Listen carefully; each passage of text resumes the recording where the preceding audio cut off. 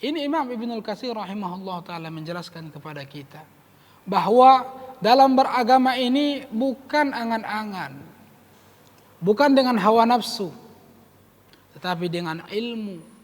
Qala Allah wa qala Rasuluhu sallallahu alaihi wasallam. Bismillahirrahmanirrahim. Assalamualaikum warahmatullahi wabarakatuh.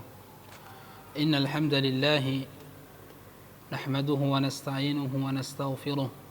ونعوذ بالله من شرور أنفسنا ومن سيئات أعمالنا من يهده الله فلا مضل له ومن يضلله فلا هادي له أشهد أن لا إله إلا الله وحده لا شريك له وأشهد أن محمدا عبده ورسوله اللهم صل وسلم على حبيبك ورسولك محمد صلى الله عليه وسلم وعلى آله وصحبه ومن سار على نهجه واستنى بسنته إلى يوم الدين أما بعد فيا معاشر المسلمين حاضرين yang dirahmati oleh Allah Subhanahu wa taala.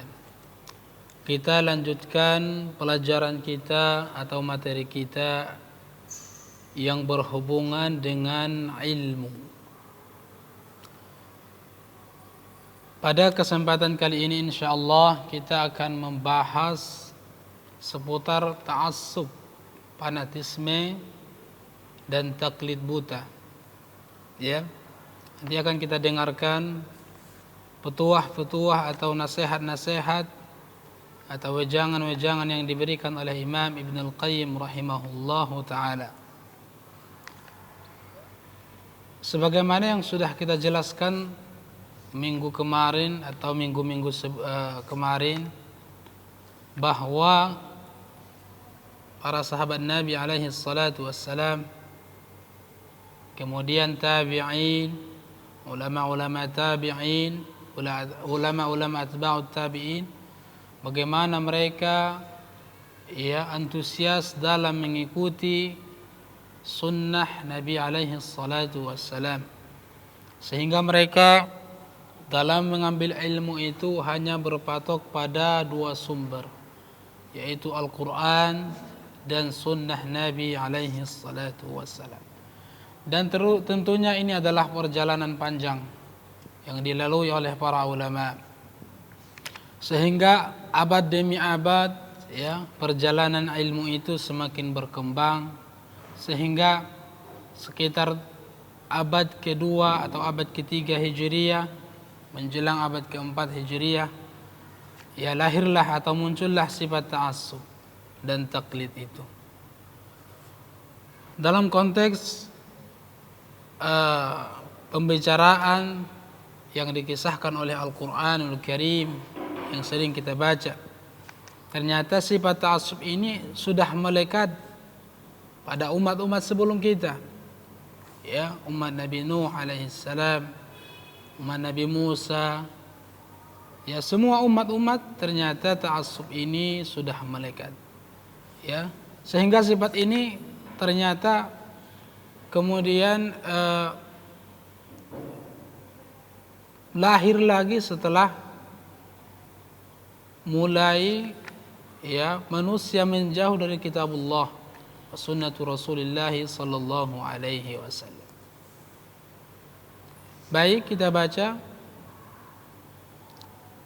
Al-Imam Ibnul Qayyim rahimahullahu ta'ala menjelaskan atau berkata, "Thumma khalafa min ba'dihim khulufun farraqu dinahum wa kanu syi'a kullu hizbin bima ladaihim farihun."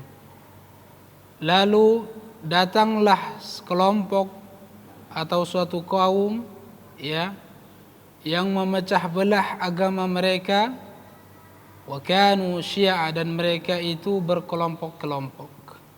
Kullu hizbin bima ladaihim farihun, setiap kelompok itu bangga, bahagia terhadap apa yang dianutnya. Coba kita perhatikan zaman sekarang ini, bagaimana sekelompok kaum muslimin berbangga-bangga dengan kelompoknya, dengan praksinya, dengan partainya, dengan mazhabnya, semuanya bangga. Bahkan ya, dengan terang benderang kita perhatikan, kita lihat ya, ada manusia atau kaum muslimin yang mati-matian membela kelompoknya, tetapi tidak mati-matian membela Al-Quran maupun sunnah Nabi alaihi salatu wassalam. Ada juga sekelompok manusia atau segerombolan manusia ya, yang apabila ditegur kelompoknya itu dia marah.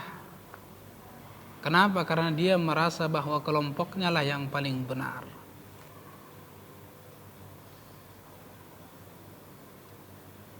Dan ini adalah kaum-kaum khalaf. Ya. Kapan ini terjadi? Setelah manusia sudah mulai menjauh dari sunnatullah wa sunnatu Rasulillah sallallahu alaihi wasallam. Padahal pada zaman para sahabat Nabi, zaman tabi'in ini tidak ada. Ada mungkin, tetapi tidak sebanyak seperti yang kita lihat zaman sekarang ini. Lalu beliau mengatakan, wa taqatta'u amrahum bainahum zubura kullun ila rabbihim raji'un. Ya, dan mereka berpecah belah antara kaum muslimin dengan kaum muslimin, antara satu dengan yang lain. Dia mengatakan mazhabku paling benar, datang si fulan mazhabku paling benar, datang si fulan ormasku paling benar, datang si fulan partaiku paling benar. Semua mengklaim dirinya paling benar, padahal ukuran kebenaran itu adalah Al-Quran dan Sunnah. Al-Quran mutlak kebenarannya ila yaumil qiyamah, sampai hari kiamat. Sunnah juga seperti itu. Sehingga tidak sedikit kita perhatikan, banyak yang membuang Al-Quran, banyak yang membuang ajaran sunnah demi meningkatkan atau demi mengembangkan ajaran gurunya, ajaran panutannya. Padahal sesungguhnya panutan yang sesungguhnya adalah Rasul sallallahu alaihi wasallam, manusia yang maksud. Adapun kita sebagai guru, ulama, tidak bisa dijadikan panutan, tidak bisa dijadikan rujukan.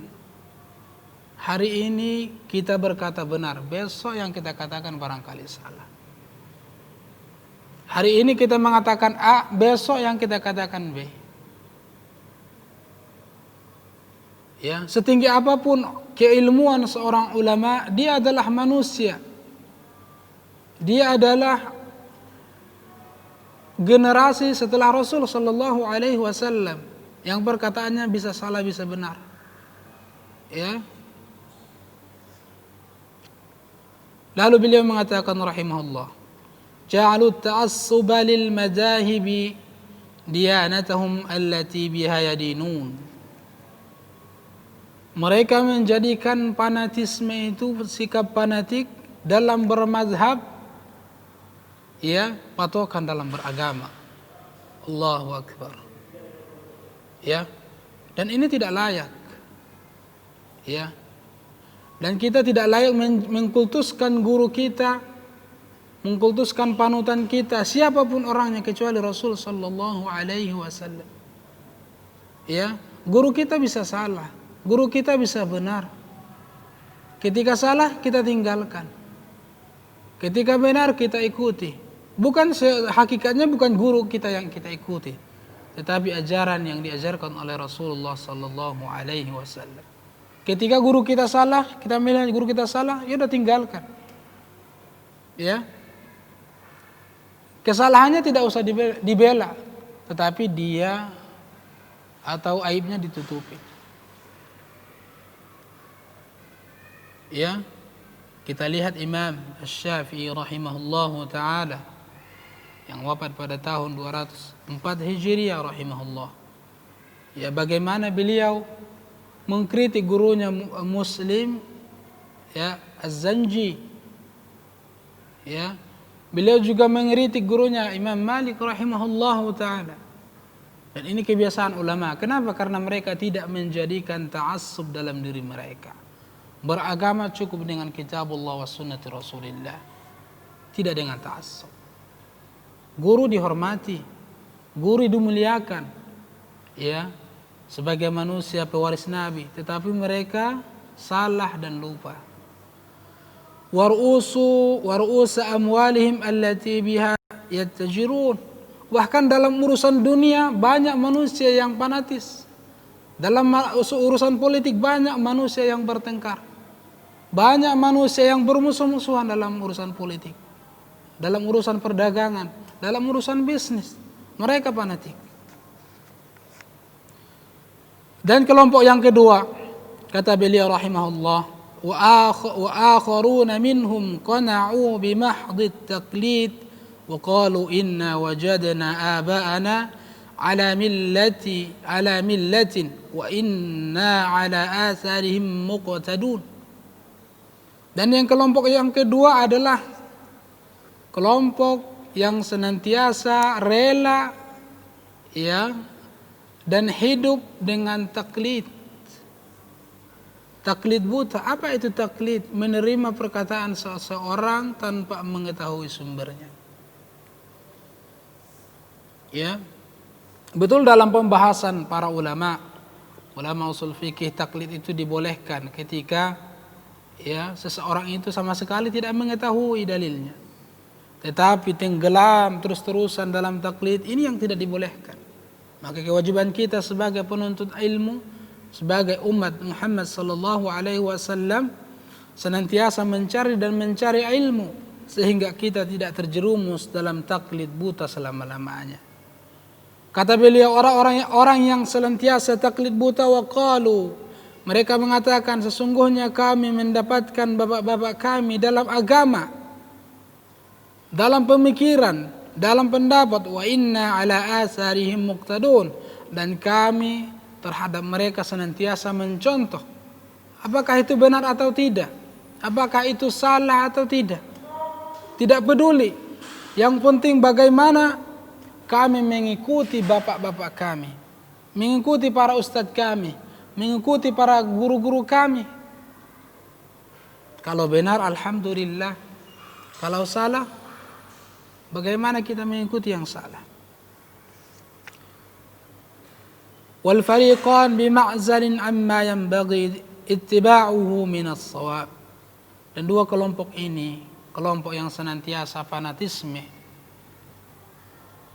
terhadap pendapat-pendapat yang tidak sesuai dengan Al-Quran, yang tidak sesuai dengan Sunnah, dan juga, ya, kelompok yang senantiasa hidup dalam taklid, tidak mau berubah, tidak mau menuntut ilmu, tidak mau menghadiri kajian, tidak mau belajar agama Allah Subhanahu wa taala. Bima'zalin amma yanbaghi ittiba'uh minas shawab. Adalah kelompok yang jauh dari kebenaran, yang jauh dari as-shawab, dari Al-Quran, dari Sunnah, ala fahmi salafi salih. Walisanul haqqi yatlu alaihim. Dan Al-Quran membantah mereka. Siapa yang membantah siapa? Membantah orang-orang yang senantiasa berpegang teguh dengan fanatisme, yang senantiasa hidup dengan taklid, ya. Apa kata Allah Subhanahu wa taala? Laisa bi amaniyikum wala amaniyi ahli alkitab. Ya.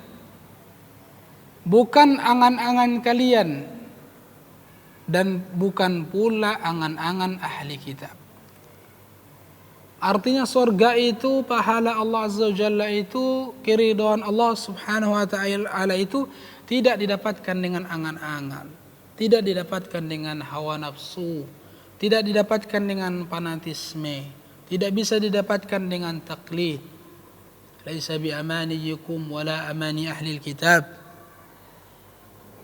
Kata Imam Ibnu Katsir rahimahullahu taala ketika mentafsirkan ayat ini beliau mengatakan wa innamal ibratu fi ta'atillahi wattiba'i ma sannahu rasuluhul kiram. Tetapi yang menjadi patokan, yang menjadi kunci adalah bagaimana mengikuti ketaatan kepada Allah Subhanahu wa taala berdasarkan Al-Qur'an, lalu kemudian mengikuti sunnah Nabi alaihi salatu wassalam. Ini Imam Ibnu Katsir rahimahullah taala menjelaskan kepada kita bahwa dalam beragama ini bukan angan-angan, bukan dengan hawa nafsu, tetapi dengan ilmu. Qala Allah wa qala Rasuluhu sallallahu alaihi wasallam. Allah berfirman, Rasul bersabda. Ya. Qala Asy-Syafi'i qaddasallahu ta'ala ruhahu ajma'al muslimuna ala anna man istabanat lahu sunnatu rasulillahi sallallahu alaihi wasallam lam yakun lahu an yad'aha liqawli ahadin minan nas. Al-Imam Syafi'i rahimahullahu taala memberikan penjelasan kepada kita bahwa seluruh kaum muslimin sepakat. Apa itu yang disepakati oleh kaum muslimin? Man istabanat lahu sunnatu Rasulillah, siapa yang mengetahui suatu hadis Nabi sallallahu alaihi wasallam, lam yakun lahu an yad'aha, tidak pantas baginya, tidak layak baginya, dan tidak boleh baginya meninggalkan sunnah Nabi itu, perkataan Nabi itu karena perkataan seseorang. Makanya dalam suatu perkataan yang masyhur dari Imam Syafi'i, bahwa boleh mengatakan idza sahhal haditsu fahuwa madhhabi. Apabila suatu hadis itu sahih, maka sesungguhnya itulah madhabku. Ini memberikan indikasi kepada kita bahwa bermadhab itu tidak wajib. Bermadhab itu pada asalnya tidak ada. Hanya dibolehkan atau hanya dianjurkan bagi mereka yang sama sekali tidak paham agama Allah Subhanahu wa taala. Sehingga apabila dia tidak mengikuti mazhab, kemungkinan besar dia akan keliru dalam memahami agama Allah Subhanahu wa taala. Maka kalian para penuntut ilmu, kita para penuntut ilmu harus senantiasa meningkatkan ilmu, memahami sunnah Nabi sallallahu alaihi wasallam, mentadabburi Al-Qur'an. Maka tidak layak bagi kita meninggalkan hadis Nabi hanya karena perkataan guru kita, hanya karena perkataan syekh kita, hanya karena perkataan ulama kita, tidak layak. Qala Abu Umar wa ghairuhu minal ulama, dan ijma' yang kedua. Berkata Abu Umar Ibnu Abdul Bar, ulama dari kalangan Maliki, beliau mengatakan ajma'an nasu ala anna al-muqallid laysa ma'dudan min ahli al-ilmi. Seluruh manusia bahwa muqallid itu bukan ahli ilmu, bukan ulama. Ya, jadi orang yang ikut-ikut dengan kiainya saja tanpa tahu dia arahnya kemana bukan ahli ilmu. Ya, adalah muqallid, hanya yang mengikuti saja. Dan apabila muqallid ini terus menerus ila yaumi an mat, sampai dia meninggal, ini tercela. Ya, tercela. Dan dia tidak akan mendapatkan predikat sabda Nabi alaihi salatu wassalam, man yuridillahu bihi khaira yufaqihu fid din. Siapa yang diinginkan oleh Allah kebaikan, Allah pahamkan di agama. Ya, sedangkan muqallid tidak paham agama. Sedangkan muqallid sama sekali tidak paham hakikat syariat Allah Subhanahu wa taala. Dan ini menunjukkan bahwa dia akan kehilangan kebaikan. Maka antum dan semua kaum muslimin jika ingin mendapatkan kebaikan yang hakiki, hendaklah memperdalam ilmu, memperdalam agama Allah Subhanahu wa taala. Wa annal ilma ma'rifatul haqqi bidalilih. Kata beliau rahimahullah taala, dan sesungguhnya ilmu yang sesungguhnya adalah mengetahui kebenaran dengan dalilnya. Ya. Artinya bahwa kebenaran itu adalah apa yang berdasarkan dalil. Sedangkan kebatilan itu ya yang tidak didasari dengan dalil. Sehingga tidak benar kita mengatakan ini yang benar ya dan ini yang salah tanpa mengikuti dalil, baik itu dari Al-Qur'an maupun sunnah Nabi alaihi salatu wassalam. Pemirsa yang dirahmati oleh Allah Subhanahu wa taala. Lalu kita lihat bagaimana Al-Imam Ibnu Al-Qayyim rahimahullah ta'ala membenarkan perkataan Imam Syafi'i, juga perkataan Imam Ibnu Abdul Barr rahimahullah ta'ala. Ya, beliau mengatakan, وَهَذَا كَمَا قَالَ أبو عمر رحمه الله تعالى فإن الناس لا يختلفون أن العلم هو المعرفة الحاصلة عن الدليل وأما بدون الدليل فإنما هو تقليد. Sebagaimana yang dikatakan oleh Abu Umar, semoga Allah merahmatinya, sesungguhnya manusia tidak ada perbedaan. Ya, jadi ulama tidak ada perbedaan bahwa ilmu itu adalah pengetahuan yang dihasilkan dari suatu dalil. Ya.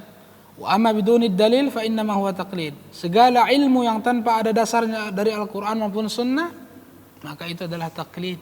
Taklid yang terus-menerus akan dicela oleh Allah Subhanahu wa taala. Ya. Ini adalah sekilas penjelasan Al-Imam Ibnu Al-Qayyim rahimahullahu taala berupa petuah-petuah dan nasihat-nasihat sekaligus ilmu bagi kita semua. Beliau mengingatkan kepada kita betapa pentingnya menuntut ilmu.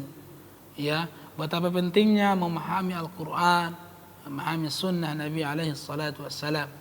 Maka jaga kesempatan yang diberikan oleh Allah kepada kita. Apa kesempatan itu? Diberikan kesempatan menghafal Al-Quran, diberikan kesempatan memahami sunnah Nabi alaihi salatu wassalam. Karena sesungguhnya orang yang senantiasa tenggelam dalam fanatisme, orang yang senantiasa tenggelam dalam dunia taklid, akan sirna darinya kebaikan yang dijanjikan oleh Nabi alaihi salatu wassalam. Baik, kita cukupkan sampai di sini ya. Bila ada pertanyaan mungkin bisa disampaikan lewat melalui kolom pesan YouTube ya. Atau walas ya. Baik, kita tutup dengan doa kafaratul majlis. Subhanakallahumma wa bihamdik asyhadu an la ilaha illa anta astaghfiruka wa atubu ilaik. Assalamualaikum warahmatullahi wabarakatuh.